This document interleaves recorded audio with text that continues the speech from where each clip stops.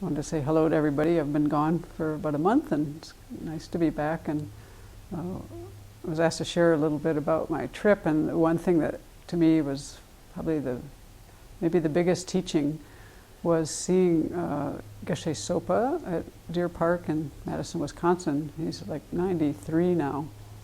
And so I think when I was there, he wasn't giving the teachings because he actually doesn't speak anymore, and his body is quite weak, very weak.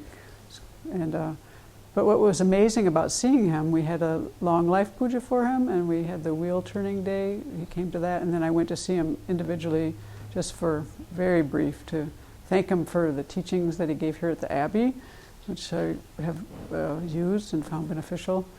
And for me, just being around him was the teaching. And in particular, what I saw was I had been previously, before getting there, around another person who's pretty old and body pretty much wearing out, pretty worn out. And it was the difference of seeing what happens when you spend your life practicing the Dharma and when you don't. And although the person I was around, who was quite old, was, I think, managing quite well in a worldly way, having more difficulty with anger, really, than I think that's been an issue for that person. And they've worked on it and really improved over their time in life of managing their anger. But now that all these things are happening with the body, I think that's a little harder to do, you can imagine.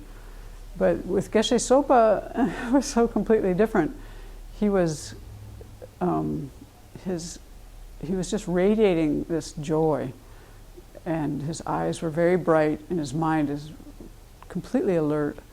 And one funny thing that happened where this really was so poignant was we were making this offering to him, and I don't know if you've seen this before, but you have this plate with some food on it, and you bring it up to the teacher, and he's holding some things that are made out of metal, and the person who was offering it was quite nervous, and the plate was shaking, and it was going like this. It was making this.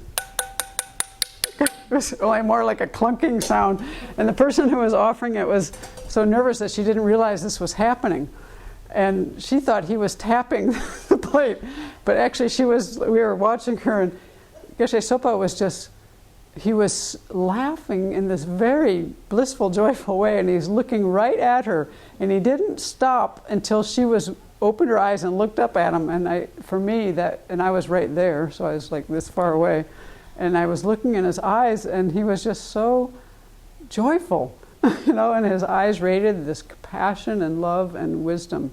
And it was just such a funny, joyful thing, and not funny, it was actually very poignant and very much a lesson. And so what I really got from being around him was seeing what happens when you practice and you train your mind to be this way. And he was very engaged, even though his body wasn't able to engage, his mind was very engaged with everything that was happening.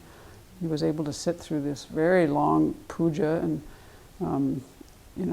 just be doing his part. You could see he was doing his part, even though he hardly could manage his body. He would do the parts with the ritual implements as much as he could, and he was getting help with all kinds of things, but he was right with the whole thing.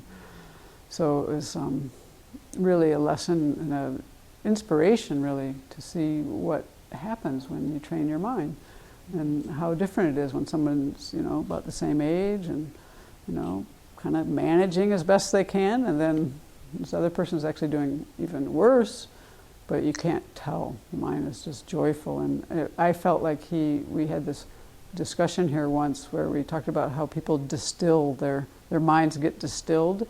And you've noticed sometimes people get quite cranky when they distill their crankiness as they get older. And that's what, if you practice crankiness, you can distill that, but he practiced, I think, loving kindness and real genuine caring for others, and this is what he's distilled: his wisdom, his love, his compassion. And anyone who was around him could see it. So it was very poignant and very beautiful and very inspiring. So may we all continue. It might take us a few lifetimes, but we can keep going.